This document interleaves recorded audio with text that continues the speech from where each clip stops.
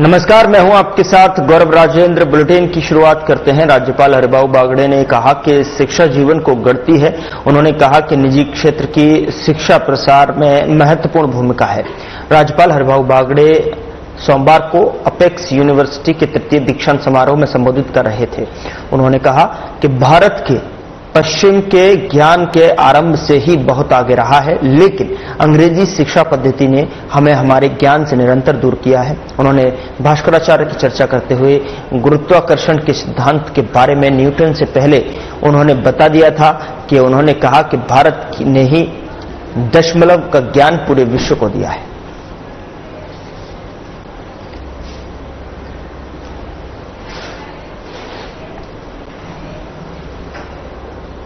जयपुर में सीतापुरा औद्योगिक क्षेत्र की स्थिति एक ज्वेलरी फर्म में सेप्टिक टैंक की सफाई के दौरान दर्दनाक हादसा सामने आया है।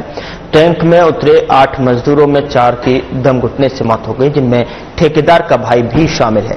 हर 1.5-2 महीने में इस सेप्टिक टैंक को खाली किया जाता है। मलबे में सोने के कुछ कण और बुरादे को छानकर बाहर निकाला जाता है। इसको लेकर नेता प्रतिपक्ष टीकाराम जूली ने प्रदेश सरकार पर निशाना साधा है। उन्होंने कहा कि 4 सफाई कर्मियों की दम घुटने से हुई दर्दनाक मौत अत्यंत दुखद है, हृदय विदारक है।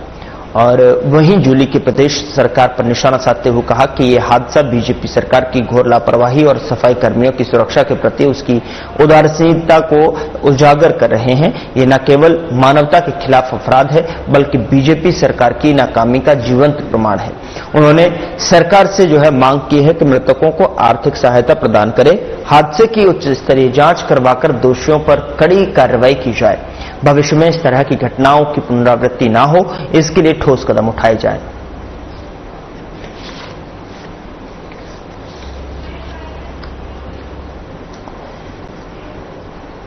बगरू विधानसभा क्षेत्र के विकास को नई गति देते हुए विधायक डॉक्टर कैलाश वर्मा ने क्षेत्रवासियों के लिए एक बड़ी सौगात दिलाई है। बता दें कि विधायक डॉक्टर वर्मा के निरंतर प्रयासों से राज्य सरकार ने बगरू विधानसभा क्षेत्र में 20 महत्वपूर्ण सड़कों के निर्माण को स्वीकृति दी है, जिनके लिए सरकार ने 10 करोड़ रुपए स्वीकृत किए गए हैं। और विधायक वर्मा ने इस महत्वपूर्ण स्वीकृति के लिए मुख्यमंत्री भजनलाल शर्मा और मुख्यमंत्री दिया कुमारी का आभार भी व्यक्त किया है। उन्होंने कहा कि यह निर्णय क्षेत्र की आधारभूत संरचना को मजबूत करेगा और आमजन की आवागमन संबंधी समस्याओं को दूर करेगा।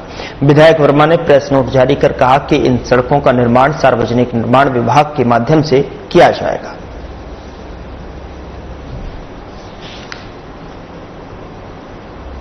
डूंगरपुर जिले के कोतवाली थाना क्षेत्र में राजस्थान आवासन मंडल की जमीन पर निर्माण कार्य को रोककर सरकारी कर्मचारियों को धमकाने वाले भारत आदिवासी पार्टी के नेताओं के खिलाफ कोतवाली थाने में हाउसिंग बोर्ड की तरफ से राजकार्य में बांधा का मुकदमा दर्ज करवाया गया है। और आपको बता दें कि कोतवाली थाना अधिकारी ने प्रेस रिलीज जारी कर बताया कि प्रार्थी हिमांशु ने रिपोर्ट दर्ज करवाई है, जिसमें बताया गया कि 26 दिसंबर 2024 को राजस्थान आवासन मंडल की ओर से शिवाजीनगर डूंगरपुर में 3 जेसीबी मौके पर कार्य कर रही थीं। तभी वहां पर भारत आदिवासी पार्टी के 8 से 10 लोग आए और जेसीबी चालकों और मजदूरों को डराने धमकाने लगे, जिस पर प्रार्थी और अन्य साथियों ने उन लोगों को समझाया, लेकिन वो नहीं समझे और मजदूरों और जेसीबी चालकों को वहां से चले जाने की धमकी दी। थाना प्रभारी और थानाधिकारी ने बताया कि प्रार्थी हिमांशु सैनी की रिपोर्ट पर बीएपी के राष्ट्रीय सदस्य कांतिलाल रोत, जिलाध्यक्ष अनतोष रोत और सुरेश रोत, शांतिलाल, अशोक कुमार और उसकी पत्नी, उसकी मां अनुर देवी सहित 4 लोगों के खिलाफ राजकार्य में बाधा डालने और अन्य धाराओं में मुकदमा दर्ज किया है। फिलहाल पुलिस आगे की जांच कर रही है।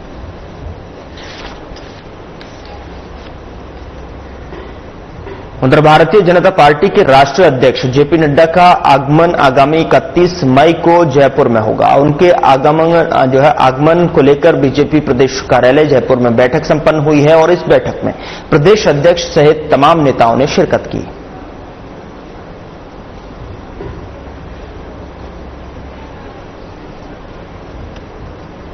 उधर बीएसएफ रेंज के महानिरीक्षक एमएल गर्ग ने कहा कि हमारी वायुसेना और भारतीय सेना ने साबित कर दिया है कि हमारे पास उनके ड्रोन और एंटी मिसाइलों को बेअसर करने के लिए प्रभावी प्रणालियां हैं। यहां तक कि जैसलमेर पर लक्षित गोलीबारी को भी रोक दिया गया और उसे गिरा दिया गया है। हमारे पास प्रभावी एंटी मिसाइल और हवाई सुरक्षा प्रणालियां मौजूद हैं।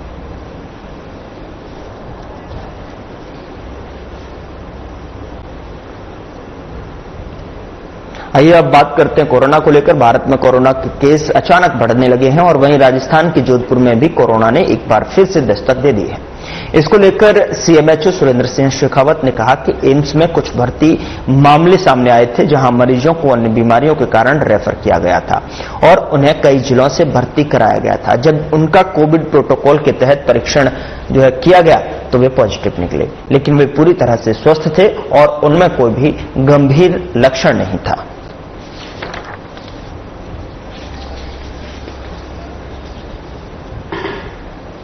कि 2019 में आया है, सब लोग इसके प्रति काफी जागरूक भी है। अभी एम्स में और कुछ एडमिट केसेस थे जो ऑलरेडी कई अन्य बीमारियों की वजह से रेफरल होकर अन्य जिलों से भर्ती हुए थे। जब उनमें एज ए कोविड प्रोटोकॉल उनकी जांच की गई तो पॉजिटिव आए, लेकिन वो पूरी तरह से स्वस्थ है, उनमें कोई किसी तरह की ऐसी दिक्कत वाली बात है नहीं। और जो बाकी हमारे एसोसिएटेड हॉस्पिटल है, एमडीएम, एमजीएच और पेरीफ्री के भी जो सीएससी पीएससी है, उनमें भी हमारी पूरी तैयारियां इसके लिए है। सैंपलिंग जरूरी, जो इन्फ्लुएंजा लाइक इलनेस है उनकी जो भी इस तरह के केसेस आ रहे हैं उनकी जो सैंपलिंग है वो की जा रही है और पूरी इसमें व्यवस्था दुरुस्त है, इसमें किसी तरह की कोई कमी नहीं है। खबर हनुमानगढ़ के मोहर से है, जहां पर डांडी सहारनान के ग्रामीणों ने पानी की समस्या से त्रस्त होकर श्री गंगानगर जयपुर स्टेट हाईवे पर चक्का जाम कर दिया। बता दें कि नोहर जन स्वास्थ्य अभियांत्रिकी विभाग की लापरवाही के चलते डांडी सहारनान ने ग्रामीणों को विभाग की ओर से पानी उपलब्ध नहीं करवाया जा रहा है, जिसके चलते गांव में भीषण गर्मी के चलते भयंकर जल संकट बना हुआ है। ग्रामीणों ने कई बार पानी की समस्या को लेकर स्थानीय प्रशासन और जन स्वास्थ्य विभाग के अधिकारियों को अवगत करवाया, लेकिन ग्रामीणों को आज तक पर्याप्त मात्रा में पानी उपलब्ध नहीं करवाया गया, जिसके विरोध स्वरूप गांव के ग्रामीणों ने महिलाओं के साथ लेकर श्री गंगानगर जयपुर स्टेट हाईवे पर मटका फोड़ प्रदर्शन किया, सड़क पर चक्का जाम कर दिया।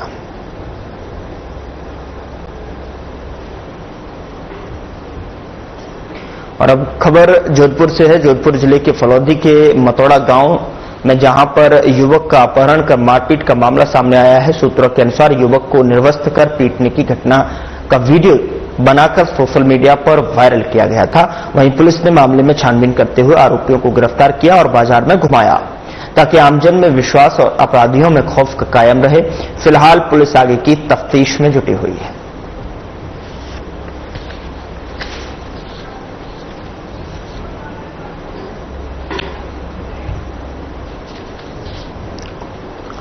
मामले में छानबीन कर पुलिस ने कार्रवाई की है और जिस तरीके से वीडियो था वो सामने आया था, सोशल मीडिया पर वीडियो बनाकर वायरल किया। वहीं पुलिस ने भी इस मामले में छानबीन करते हुए आरोपियों को गिरफ्तार करके बाजार में घुमाया ताकि आमजन में पुलिस के प्रति विश्वास कायम हो और अपराधियों में खौफ कायम हो। फिलहाल पुलिस आगे की तफ्तीश में जुटी हुई है।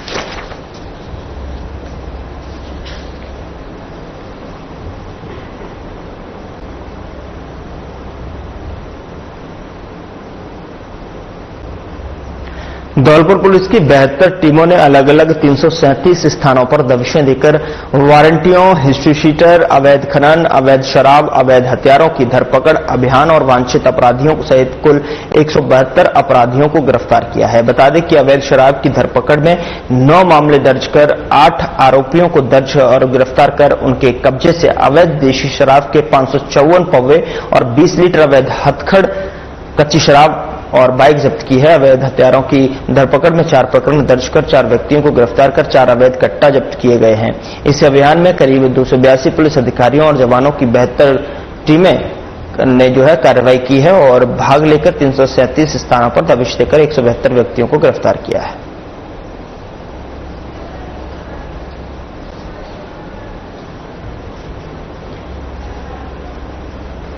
शहर के आराध्य देव श्री गोविंद देव जी मंदिर में सोमवार को जल विहार झांकी का भव्य आयोजन किया गया। मंदिर महंत अंजन कुमार गोस्वामी की सानिध्य में गर्भगृह में विशेष रूप से सजी इस झांकी के ठाकुर जी को सुगंधित जल की फुहारों से स्नान कराकर शीतलता प्रदान की गई। गर्मी के मौसम को ध्यान में रखते हुए ठाकुर जी को सूती वस्त्र धारण कराए गए और इस अवसर पर आम, खरबूजा, तरबूज, जामुन और फल से जैसे जो है मौसमी फलों का भोग अर्पित किया गया। साथ ही खास और जो है बता दें कि खास बात रहेगी, खस और गुलाब के शरबत और विशेष चंदन लेप से जो है ठाकुर जी का श्रृंगार किया गया।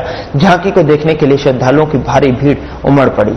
बता दें कि जल विहार झांकी के अंतर्गत ठाकुर जी को विशेष आरती का आयोजन किया गया और जिसमें बड़ी संख्या में भक्तों ने भाग लिया और दर्शन लाभ प्राप्त हुआ।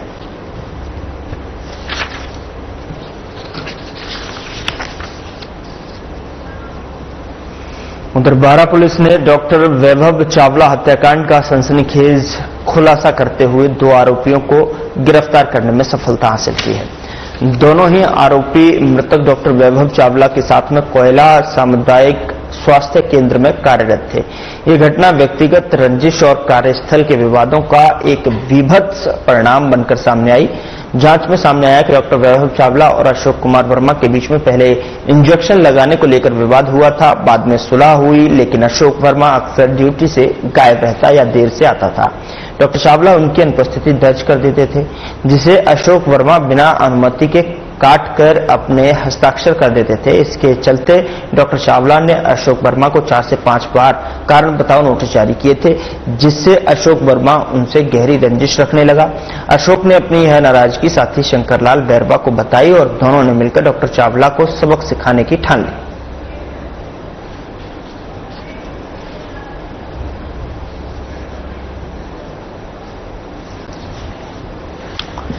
तो डॉक्टर वैभव चावला हत्याकांड का सनसनीखेज खुलासा करते हुए 2 आरोपियों को गिरफ्तार करने में सफलता हासिल की है।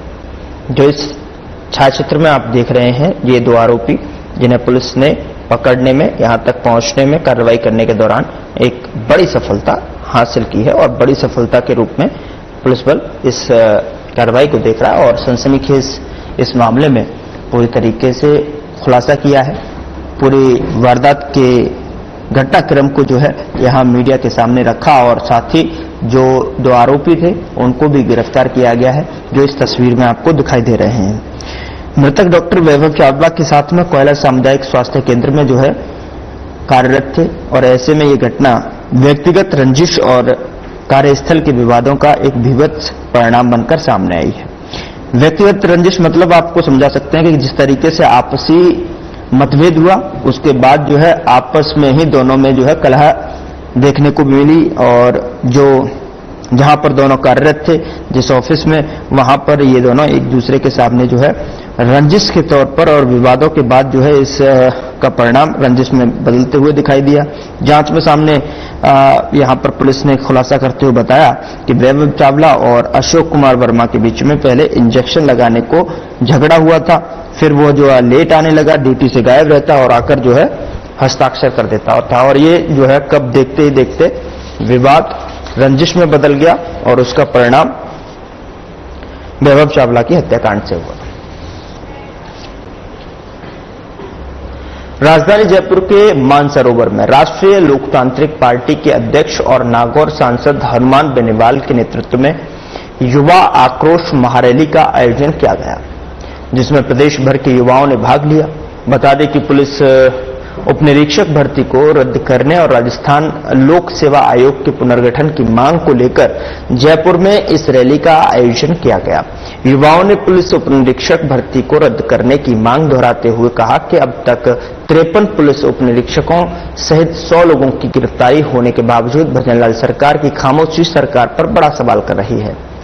वहीं जांच एजेंसी एसओजी की ओर से धांधली की पुष्टि होने और मंत्रियों की उप समिति के साथ एएजी और पुलिस मुख्यालय की ओर से जो है भर्ती रद्द करने की सिफारिश करने के बावजूद मामले को लटका कर रखा गया है। वहीं सांसद हनुमान बेनीवाल ने कहा कि आरपीएससी जैसे संवैधानिक संस्थान भ्रष्टाचार गढ़ बन चुकी है। उन्होंने मांग करते हुए कहा कि आयोग को भंग कर पूर्ण पुनर्गठन की मांग की जाए।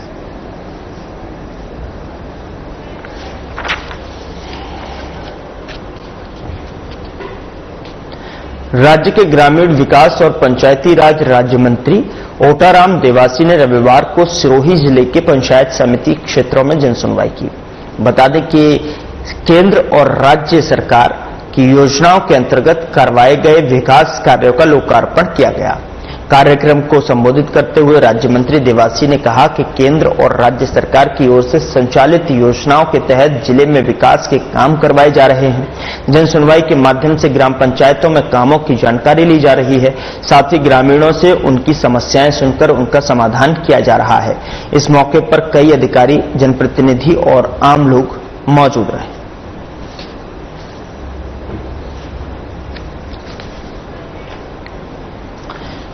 पंचायती राज राज्य मंत्री ने जन सुनवाई की और ऐसे में जो है मंत्री देवासी ने विकास कार्यों का भी लोकार्पण किया है और ग्राम पंचायतों में कामों को लेकर जो है पूरी जानकारी ली गई है और केंद्र और राज्य सरकार की योजनाओं के अंतर्गत जो कार्य करवाए गए उनका विकास कार्यों का लोकार्पण भी किया गया। कार्यक्रम को संबोधित किया गया और राज्य मंत्री देवासी ने कहा कि केंद्र और राज्य सरकार की ओर से संचालित जो भी योजनाओं के तहत जिले में विकास के काम करवाए जा रहे हैं, जनसुनवाई के माध्यम से ग्राम पंचायतों में कामों की जानकारी ली जा रही है और ऐसे में ग्रामीणों से उनकी समस्याएं सुनकर उनका समाधान किया जा रहा है। इस मौके पर कई अधिकारी, जनप्रतिनिधि और आम लोग यहां पर मौजूद रहे। खबर हनुमानगढ़ से है, जहां पर इंदिरा गांधी नहर परियोजना में हरिके बैराज से पानी की मात्रा लगातार बढ़ रही है। बता दें कि जो पानी की मात्रा है आईजीएनपी 8100 क्यूसेक पानी आने की जो आवक है वो लगातार देखने को मिल रही है और ऐसे में जो है पेयजल भंडारण को लेकर भी जो है यहां पर जो संकट था, अब वो कहीं ना कहीं 8100 क्यूसेक पानी जिस तरीके से शुरू हुआ है 1200 क्यूसेक पानी भाखड़ा प्रणाली में दिया गया और ऐसे में सिंचाई पानी का रेगुलेशन भी जो है घोषित कर दिया गया है। साथ ही आपको बता दें कि एक सप्ताह के अंतराल से किसानों को सिंचाई के लिए पानी मिलता रहेगा। इंदिरा गांधी नहर परियोजना में इन दिनों पेयजल भंडारण करवा रहे हैं और 12 जिलों के लगभग 2 करोड़ लोगों के लिए पेयजल का पर्याप्त स्टोरेज करने के बाद सिंचाई पानी की वरीयता क्रम घोषित किया जाएगा और विभागीय अधिकारियों के अनुसार अंतिम छोर तक पेयजल स्टोरेज के बाद में सिंचाई पानी का रेगुलेशन घोषित होगा।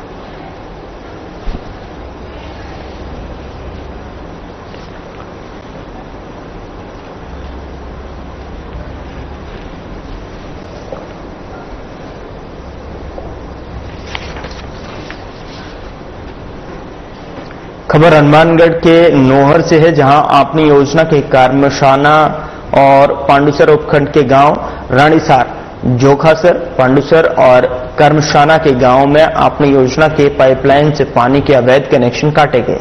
नोहर आपनी योजना के अधिशासी अभियंता साहिल कुमार ने बताया कि पेयजल पाइपलाइन से कई लोगों ने अवैध कनेक्शन कर रखे थे, जिस पर जागरूक लोगों की शिकायत पर हमारी टीम ने गांव में पहुंचकर इन अवैध कनेक्शनों को हटवाया और भविष्य में पाइपलाइन से पानी चोरी नहीं करने की भी चेतावनी दी। उन्होंने कहा कि अगर दोबारा पाइपलाइन से चोरी करते पकड़े जाने पर विभाग की ओर से उनके खिलाफ मुकदमा दर्ज करवाया जाएगा। अधिशासी अभियंता ने बताया कि सभी जागरूक लोगों को इसके बारे में पाबंद भी किया गया है।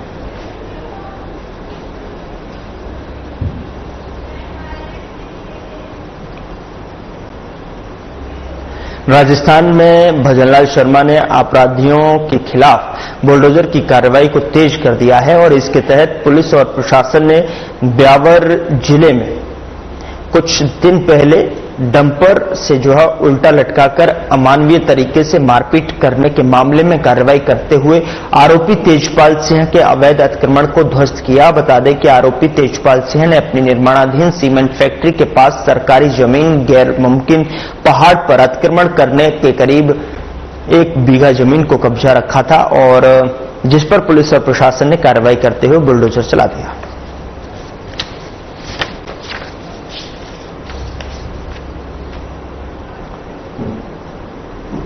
बीकानेर के हदा गांव निवासी एक व्यक्ति ने अपने ही मामा पर मारपीट कर हाथ पांव तोड़ने का आरोप लगाया है।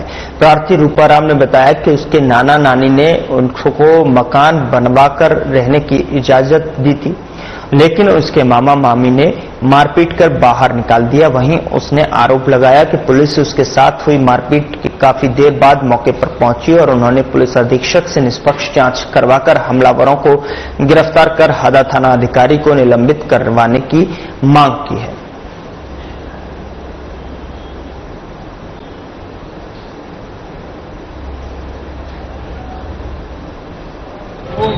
हमारे माता जी के नाम थी, मामों ने धोखे से क्या किया कि भाई चलो तुम्हारे जमीन का नाम कराते हैं, तो धोखे से अंगूठा लेके पूरी जमीन कटवा। तो अब मेरा वहाँ मकान मंडा हुआ है, मैं हम वहीं रहते हैं, जन्म से बचपन से मेरा जन्म ही वहीं का है। अब बोल रहे हैं मकान खाली करो, हम सब खाली करके कहाँ जाए, हमें बेघर कर रहे हैं। हमारे साथ जबरदस्ती मारपीट की है, बोला घर खाली करो, हमें तो मार के भगाया ही भगाया। हमारी माता और हमारी बहन बेटी और बच्चों के साथ में मारपीट होती है, उन्होंने बहुत बुरी तरह से मारे। मेरे 2 बच्चों को भी तो बुरा हाल है, जीने की कोई संभावना नहीं है। उसको जीना तो है, जीना तो है दूर, मरना नजदीक है, ऐसी हालत में है वो दोनों। और मेरी ये हालत है, आप देख ही रहे। बीकानेर पुलिस ने आईपीएल में सट्टा खिलाने वालों पर जो है बड़ी कार्रवाई की है और नया शहर थाना पुलिस ने 5 सटोरियों को भी गिरफ्तार किया है। बता दें कि गिरफ्तार आरोपियों के कब्जे से 23 मोबाइल, 2 टैबलेट, 2 और जो है 5 लैपटॉप सहित सट्टेबाजी से जुड़े सामान बरामद किए हैं, जिसमें लाखों रुपए के सट्टे का हिसाब मिला है। इस कार्रवाई को एडिशनल एसपी सौरभ तिवारी के निर्देश में किया गया है। बता दें कि पुलिस को जानकारी मिली थी कि अर्जुनसर गांव में सट्टा खिलाया जा रहा है, जिसके बाद दबिश देकर आरोपियों को पकड़ा गया।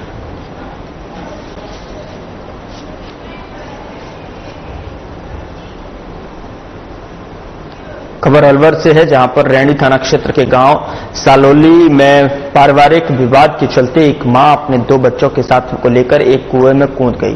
कुआं सूखा होने के कारण 4 वर्षीय बालक की मौत हो गई। महिला और बड़ा बेटा घायल हो गया। दोनों घायलों को राजगढ़ अस्पताल में भर्ती कराया गया, जहां पर महिला को अफसर जो है अलवर रेफर कर दिया गया है। और घटना की सूचना पर पहुंची रैणी पुलिस ने मृतक बालक के शव को रैणी अस्पताल की मोर्चरी में रखवा दिया। रैणी थाने के एएसआई मनोज कुमार ने बताया कि इस संबंध में परिजनों की ओर से कोई रिपोर्ट नहीं दी गई है।